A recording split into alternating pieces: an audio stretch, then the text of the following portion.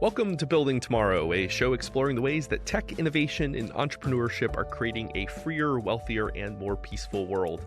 As always, I'm your host, Paul Matsko, and with me in the studio today is Matthew Feeney, Cato's Director for Emerging Technology. Joining us remotely is Dr. Ryan Neuhofel, whose medical practice in Lawrence, Kansas, which will go Jayhawks here, is part of a growing movement in healthcare called direct primary care. Welcome, Ryan, and why don't you start us off by telling us what direct primary care is and how it differs from the experience most folks have when they visit the doctor's office. Yeah, well, thanks for having me, Paul, and Rock Chalk. So direct primary care is simply put a relationship between a patient and a primary care doctor or provider.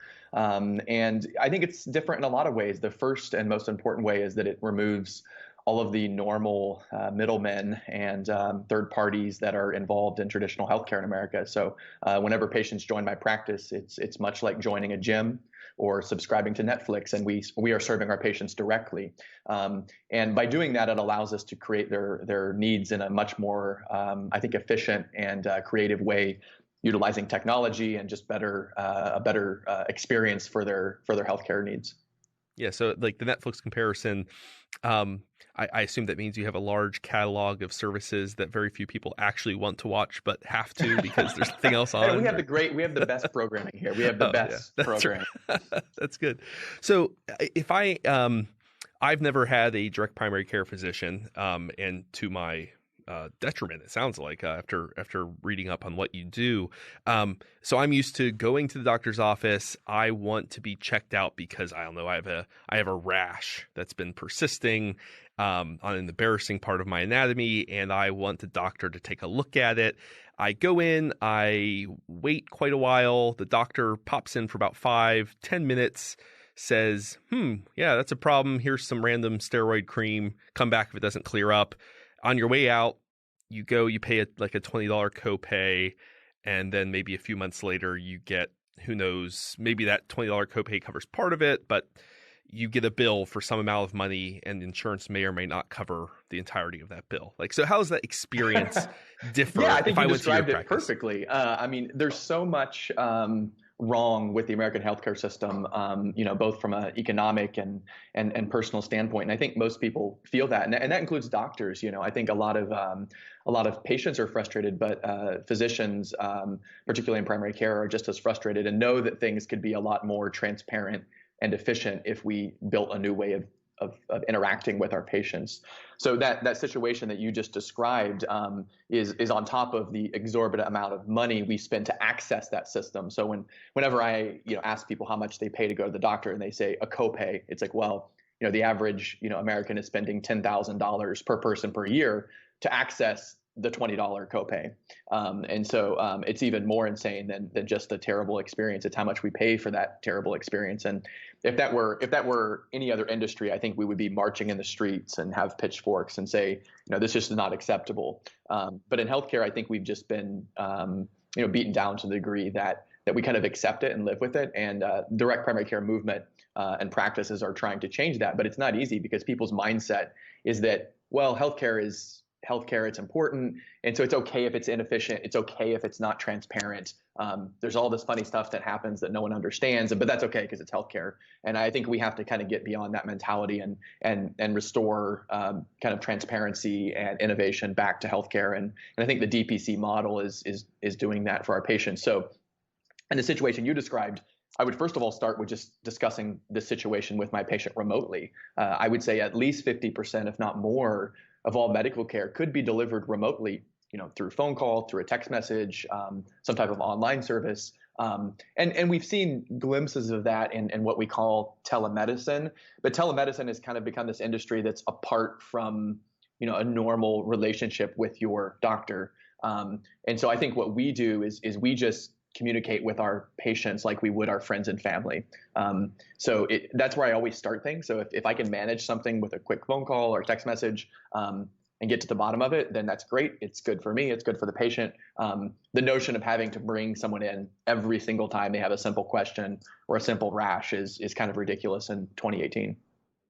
Are there particular technologies on the horizon or emerging at the moment that are particularly exciting in this sector? So text messages and Skype have been around for a while, but this does seem like an area where you could certainly take advantage of a lot of emerging tech. Is there anything in particular that you are keeping your eye on? Well, the funny part is that in healthcare, I mean, we're literally 20 or 30 years behind most other industries. So the healthcare system, the normal healthcare system, still largely operates on fax machines. And so it's funny whenever I say I text message my patients, people ooh and ah and think that's innovative. But it's kind of funny to me because I'm like, well, that's how I communicate with everyone in my life. I think even getting to the point where healthcare operates like 2018 is impressive. But yeah, I mean, whenever you strip away all of the normal insurance and regulatory things that come along with traditional healthcare, I think it allows you to rethink how we do everything. And so the problem in healthcare technology, if you ask most doctors, do they like electronic medical records? Or do they like anything related to technology in their job? They say, no, we hate it. It makes us miserable. And it's not because the technology itself is inherently bad. It's just being asked to do the wrong thing. It's being asked to maximize codes and documentation for billing purposes or regulatory purposes, as opposed to making the experience of the patient and the doctor or the decision making of the doctor better. So I think there's this whole untapped potential in healthcare and technology because we've been asking computers to do the wrong things for so long. So trolling around in your website a little bit, my impression of how the DPC model works for consumers is there's no co-pays. You pay, like you mentioned, like a membership fee, an annual or a monthly fee for you or your family, anywhere between $50 and $130 for access to primary care services. But that's something that if I was part of your practice, I would be able to contact you 24/7. I could shoot you an image of email you an image of my rash, or I could send you a text and ask you a question. Even if I paid a little bit extra, you would come to the house for a house call. Absolutely.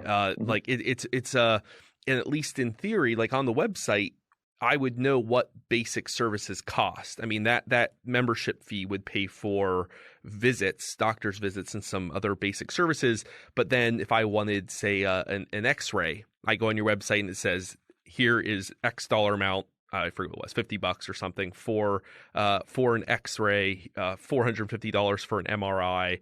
Like there's also price transparency there. Yeah. Yeah. So is that? So I mean, we is try that to do for our patients is we try to not. I mean, obviously, my decision making and my judgment is probably the largest part of primary care. But whenever we have patients who need something else, an X-ray, a procedure, we try to do everything we can in house. And I think people underestimate how much a primary care physician could do if given the opportunity and the time. So we try to do as much as we can in-house, and that's obviously easy for us to be transparent because we don't bill insurance companies. We have to tell people up front what it costs. And so we see enormous savings in things like labs and medications and radiology procedures. Across the board, our patients pay much less than what they would using insurance. But even if someone needs something outside of the scope of primary care, we still are in a position to advocate for transparency and fair pricing. So if my patient needs an MRI, I don't own an MRI machine myself, but we aggressively make sure that our patients are getting a good deal and good service. So I think that's the role that primary care could and should play, is to be kind of a quarterback and a partner for patients in all of their healthcare. Hopefully most of the time it's just primary care, but if it goes beyond that, we can also help.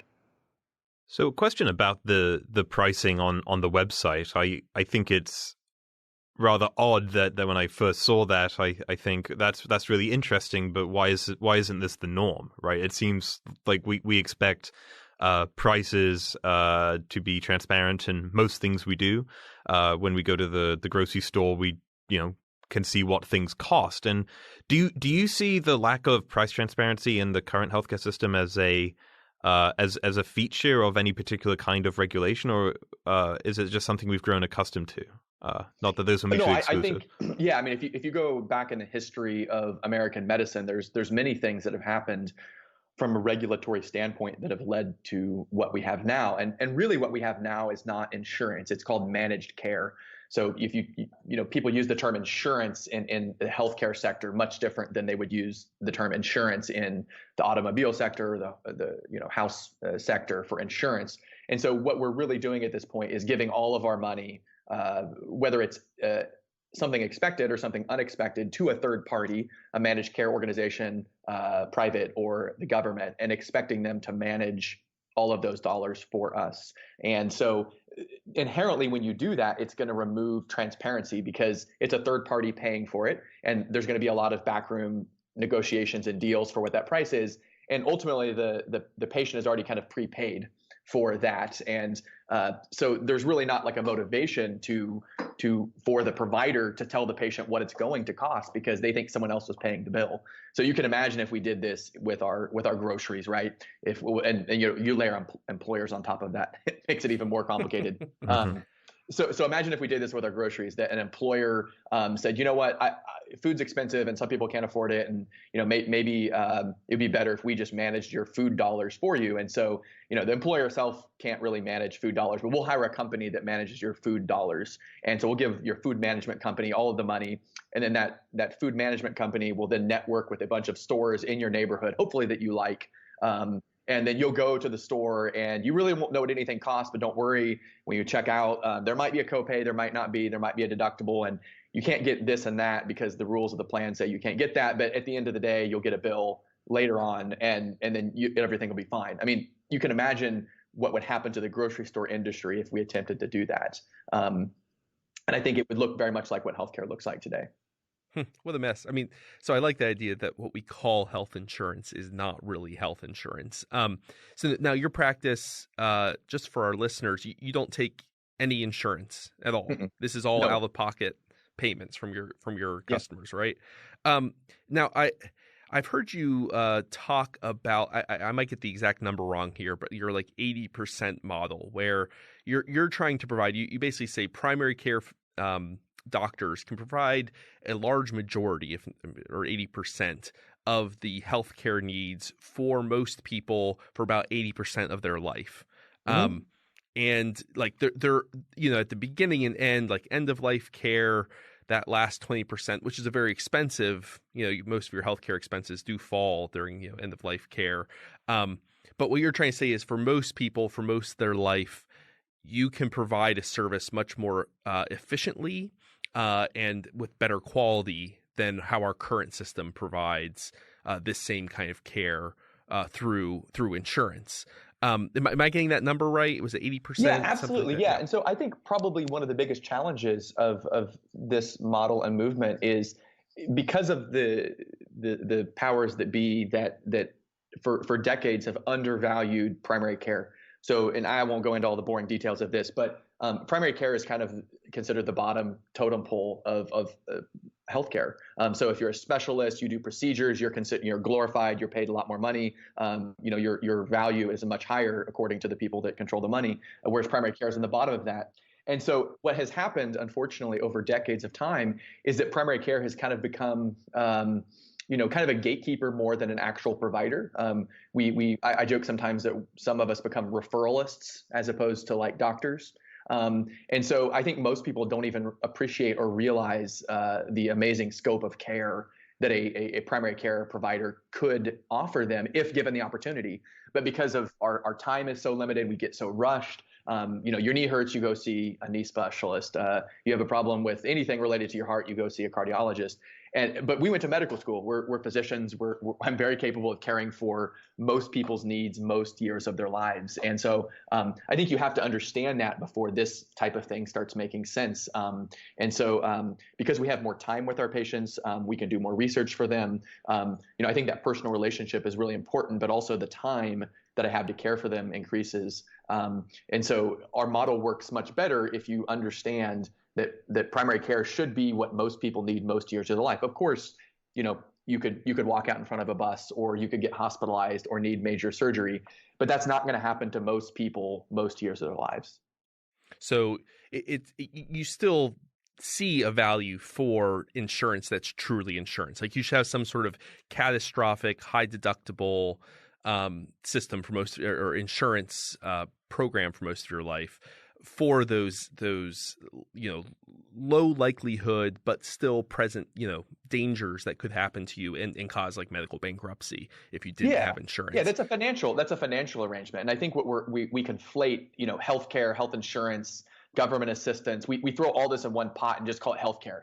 And what is healthcare? I mean, healthcare is this extremely diverse set of goods and services that range anywhere from pennies to tens of thousands, hundreds of thousands of dollars, and everywhere in between, and stuff that's really common and stuff that's not likely to happen to you. And so we throw all of it into this just messy box of insurance, care, government assistance, all these things. And if you can kind of separate those things out and think about it just from a financial standpoint, yes, if something is unexpected and expensive, insurance starts to make sense. The trade-off of that makes sense. But if it's relatively affordable and you can manage it yourself, if you expect it to happen, then insurance doesn't really make much sense. So I think if you separate those topics out and realize that most people's primary care, outpatient care could be managed without insurance and in a much more efficient way, then we could reserve insurance however we arrange that for those big things, because insurance is the most inefficient way to pay for anything. I mean, it's inherently inefficient because there's lots of people involved. So if we reserve insurance for what it's intended for, it would be much cheaper, and I think the care that most people need most of the time would be a lot better. What is the financial background of a lot of your or people who use this service? I can imagine some listeners thinking, well, this sounds like something for the upper middle class or the rich. It's fancy concierge medicine. Is that true, or what kind of people do you see using your service? In my practice, and I think I'm relatively reflective of most DPC practices, it's probably the opposite. With our price point, as you guys mentioned, most DPC practices are $40 to $80 a month for adults, so it's very affordable. It's a monthly basis. There's no huge upfront costs.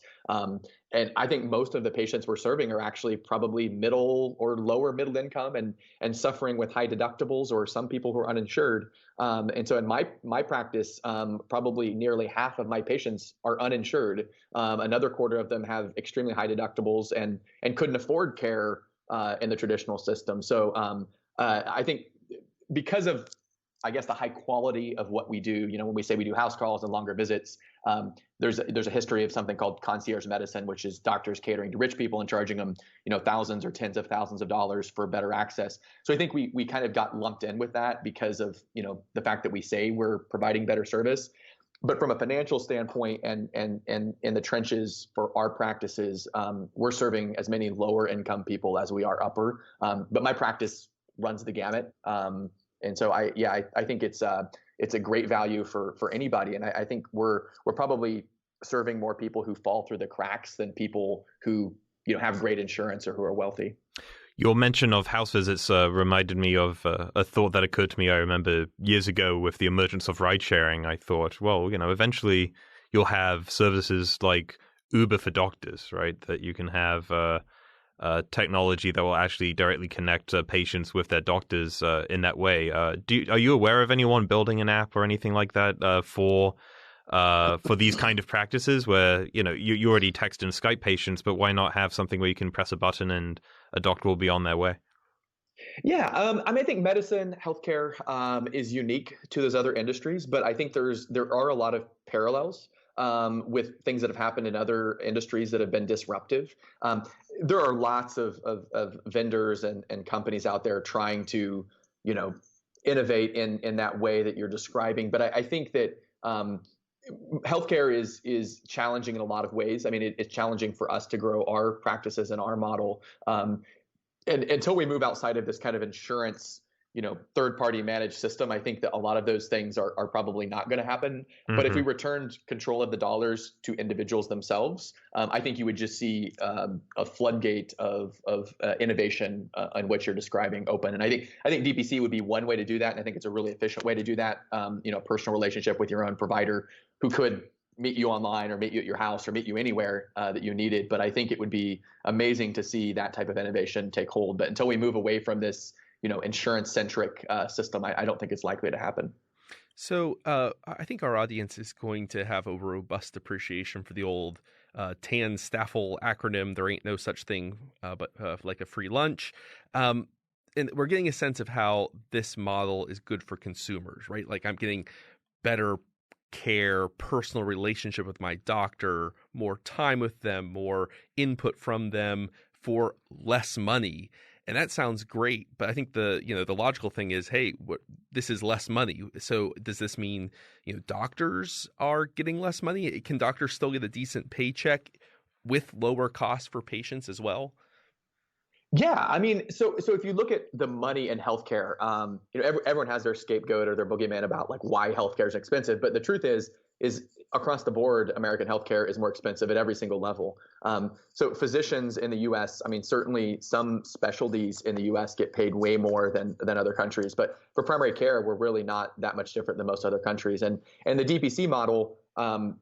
The reason that we can charge what we charge is because we have reduced administrative costs. So even though my revenues aren't that great, based upon what I charge and the number of patients I have, I employ one nurse as opposed to an army full of coders and billers and clerical people. So at the end of the day, my salary is going to be about average for a family physician in the U.S., which is just fine by me. Some DPC doctors will make more than that. Some certainly make less than that when you start a business. But I don't think the real driver of this model is physician income. But we have to make it, competitive with what else is available, or otherwise physicians, aren't going to take an 80% pay cut, most likely. So that brings something else to mind. I have a partner who's a health professions advisor, and I know one of the big concerns for students looking at medical school are concerns about physicians' own mental health, and like my understanding is the suicide rate for physicians in the U.S. is the highest of any profession. It's something like 3 to 4 times higher than the general population. Doctors deal with higher levels of depression with mental illness. So like when you refer to something other than the financial benefits for doctors, I mean, is that what you're thinking of? I mean, how has being a DPC physician affected you personally or doctors in those aspects? I say this literally in some cases, it's been life-saving. What you mentioned is absolutely true. And just in the last few years, there's been a lot of media attention to this. I don't know the statistics if physicians are the highest risk of suicide, but I know it's much higher than the general population. And I think if you really break down this problem, physicians went into medicine, particularly ones who choose primary care, for lots of reasons, but to have a rewarding career, most of us are very mission driven and want to have a good relationship with our patients and really help people. I know that some people in America believe that physicians are, just this greedy bunch of money-driven people. But the truth is most of us didn't go into it for that, particularly the ones who went into primary care. If we wanted the money, we would have went into dermatology, not primary care. But so the problem is when we get out, into the real world, we're met with all of these other administrative things and a lack of opportunities to develop the relationships and to care for people in the way that we always envisioned that we would when we decided to become a doctor. And it's really, really hard to become a doctor. It takes a long time. It takes a lot of money. You give up most of your 20s. And then when you get out, you kind of say, okay, well, there's a light at the end of the tunnel. And I think what a lot of doctors find is there's not a light at the end of the tunnel.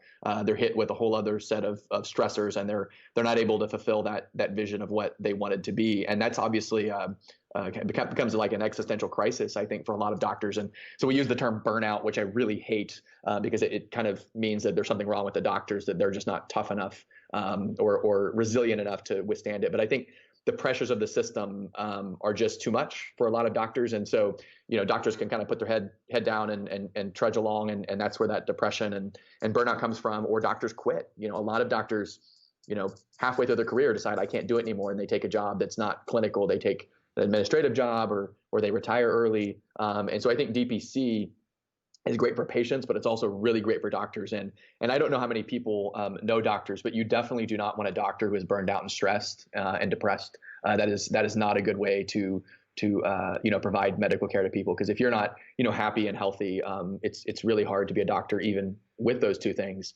But if you have a doctor who's feeling crummy themselves, then it's not the best situation for patients. So maybe I should have asked this question at the beginning, but Where did this idea come from? Like, where did you come up with the idea? How much of it was looking at the current system? How much of it was looking at the mental health of your colleagues? What was the genesis of all of this? Really, it was a grassroots movement. I started my practice 7 years ago in 2011, and there was a handful, maybe a dozen at most, doctors operating in this model in the U.S. And each of them kind of had their own story of we've had enough and we're not going to take it anymore and we're going to do something different. And we all kind of did this on our own way. We started from scratch and said, what would it look like if we designed a practice that wasn't centered around insurance? And a lot of us kind of came to the same conclusions that this is how things should look, and have our own flavors of that. But since 2011 now, there's been nearly 1,000 other doctors in the U.S. adopt this model, and most of us operate in a pretty similar fashion. But there's no governing authority. There's no single organization that's telling us how to do this or how to bill. It's truly a grassroots movement of doctors helping other doctors do this. And it's awesome to see so many doctors do this over the last 6 or 7 years without a mandate or some type of governing authority to make it happen.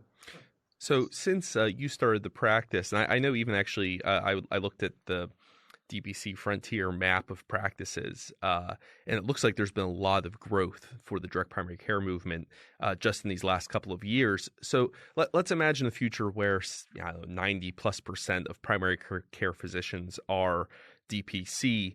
How would that then? Is there any effect? Is there any ripple effect on other medical professions? So like would this affect surgical care or specialist care, the hospital system itself, or is this something that really is just going to be contained to primary care physicians? Well, I think it depends, because I said healthcare is this really diverse thing. I think there's a lot of services outside of primary care that could be delivered in an affordable, direct manner. DPC is kind of the epicenter of that, but there's definitely people on the margins who are showing that we could do healthcare in a direct, simple manner. It may not make sense in a membership sense in all, if you get a surgery, that doesn't make sense to have membership. Right. But there are people who are doing, quite expensive surgeries for a lot less than what people think they could be done for. So I do think that kind of direct model can extend beyond primary care, but there would be a lot of other things that need to happen in order for that to be the norm. I keep coming back to this, but I think if we created a system where individuals controlled a decent chunk of that money, and it wouldn't have to be all of it, but if we had some type of system where everyone had a health savings account or a personal health account of some type, and maybe it would be subsidized for lower income people, maybe employers could contribute to it, that it would really change the way that healthcare providers had to serve patients. It would force us to be transparent. So instead of us answering to third parties behind closed doors, we would be answering to our patients. And I think it would really revolutionize almost all aspects of healthcare. But there's always going to be a need for some form of assistance for people, whether they be of lower income or whether it be something catastrophic. We're always going to need some form of that. But I think the vast majority of people could manage their own healthcare dollars most years of their lives. Yeah, imagine giving people agency over their bodies and their money. It's a radical concept. It really is. Which actually reminds me. I mean, I've always thought one of the most damning indictments of kind of medical expenses is that it feels like any medical procedure that doesn't fall under the umbrella of health insurance has gone the opposite way of the general kind of cost curve, the upward bending cost curve of insurance provided healthcare. So stuff like elective surgeries, like LASIK, plastic surgery, we've seen in those fields the exact opposite trend, where something like LASIK is exponentially less expensive now than it was when it first came out on the consumer market. Which I think again goes to your basic point, which is that we've gotten used to a system of constantly increasing medical prices that are opaque, that we don't know what our procedures are. There's multiple intermediaries in between us and our actual physicians. And we've gotten used to that world, but there's this alternative medical universe that's at the margins, but it's in front of us. I mean, we have an example that things could be different and we could do it more more cheaply. I mean, we're doing it right now. I mean, yeah. So people, LASIK is a great example. Critics of that say, well, it's elective, and so it's not, life-saving. Most medicine is elective. I mean, very few % of healthcare dollars are spent on like actual true emergencies. I mean, most things now, especially with chronic diseases being so commonplace, most people's healthcare is going to be, it doesn't happen today. It's an elective thing, and we could think about things before we did it. But in my own practice, we have seen this with MRIs. People think MRIs are one of the most expensive imaging procedures, right? And so, primary care is okay, but something like MRIs would be too expensive. In my market, because there's more and more DPC doctors and patients demanding transparency, 5 or 6 years ago, if my patient elected to pay cash for an MRI, about the cheapest deal I could find was $600, which is actually not bad compared to $2,000 or $3,000, which most hospitals charge. But over the last 5 years, we've seen that price go down steadily, and now my patients pay $250 to $350 for an MRI of the knee.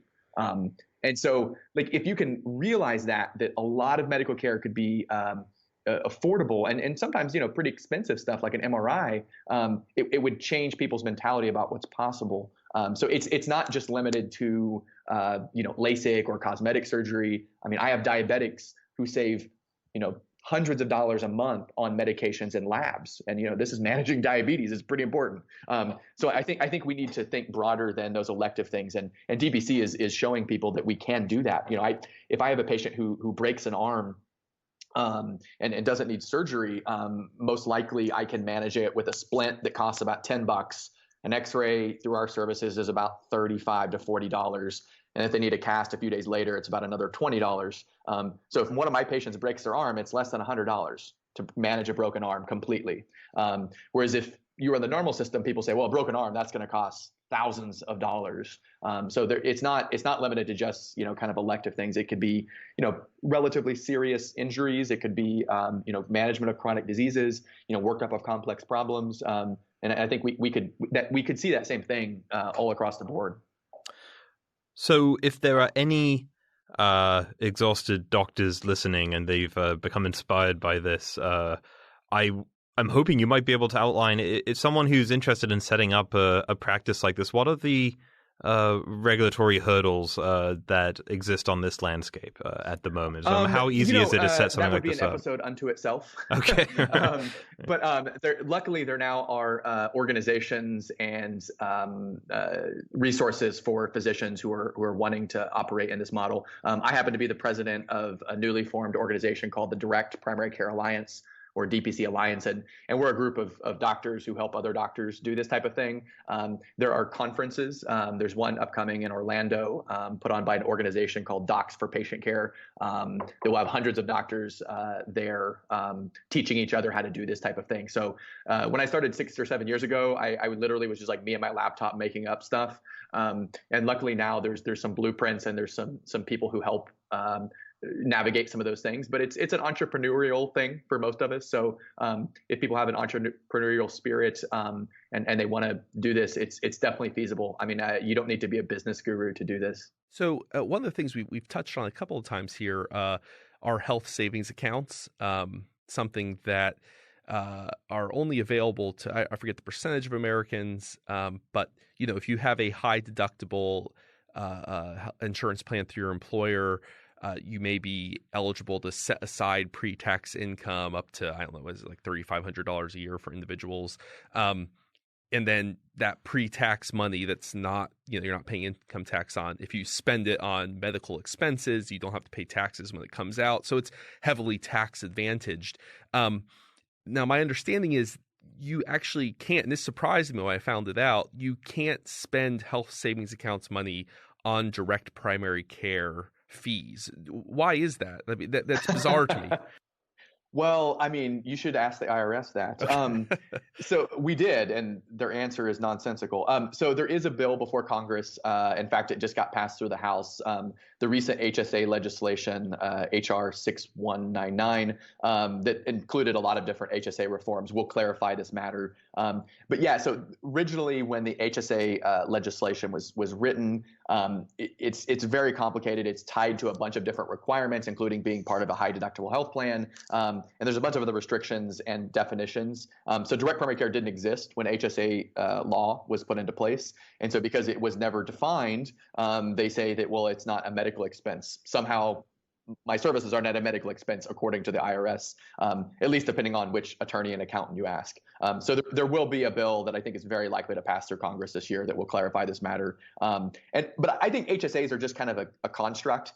I don't know if HSAs are really the best thing. If it were up to me, people would just own all of their own money and spend it and not have all these weird, incentives to save or avoid taxes or all that stuff. But I mean, HSAs are what we have right now, and it's one of the few vehicles where people can think about spending their own money, even if it's not ideal. Maybe from a if I was designing a system from scratch, that's maybe not how I do it. But I think HSAs could be used in a lot of different ways. I don't think they should probably be tied to insurance. I think it should just be a vehicle for personal savings and to spend your own money. We could subsidize them. We're hoping to see that in Kansas. There's a lot of states who have considered implementing DPC into Medicaid plans, which I think would be fantastic. And I think the best vehicle to do that would be a savings account, HSA, or food stamp-like program where we could subsidize lower income individuals to manage their own dollars. And so there's some states experimenting with that. We've talked to CMS about Medicare doing such a thing. But again, it's moving outside of that kind of normal thinking. And so I think HSAs, or at least the idea of something like that, could be much more broadly applicable than just helping people avoid taxes. Yeah, it feels like we're in a moment of like bipartisan interest in returning financial agency to people. Part of this, some of that logic applies to, the support for a basic living income, replacing means-tested, heavily regulated, bureaucratically organized welfare provision with just giving money to people who know best how to spend that money for themselves. And so that same kind of attitude seems to crop up here. And that bipartisan interest in giving people agency over their money. Now, my understanding with the DPC movement is that this is not a right-wing or a left-wing thing, that there's kind of broad bipartisan ideological interest in this from physicians of all different political stripes. Oh yeah, for sure. Yeah, so I think sometimes some of us are cowboys and have political views, and so I think there's been some people who try to kind of pigeonhole us as some type of political movement. But my friends who do DPC are all over the map politically and ideologically. We do this because we see it's the best way to provide care to our patients. And of course, in healthcare, everything has just been so politicized that people have to figure out, is this anti-Obamacare or for Obamacare, Trump care, whatever. I don't think DPC is any of those things. I think it's just a better, more efficient way to deliver care. And what we have seen when we spoke to people in DC is that there really wasn't an ideological divide in terms of what we do. Now, the HSA issue has become politicized, because HSAs as it's structured, arguably are more more advantageous to someone of an upper income who's trying to get a tax deduction.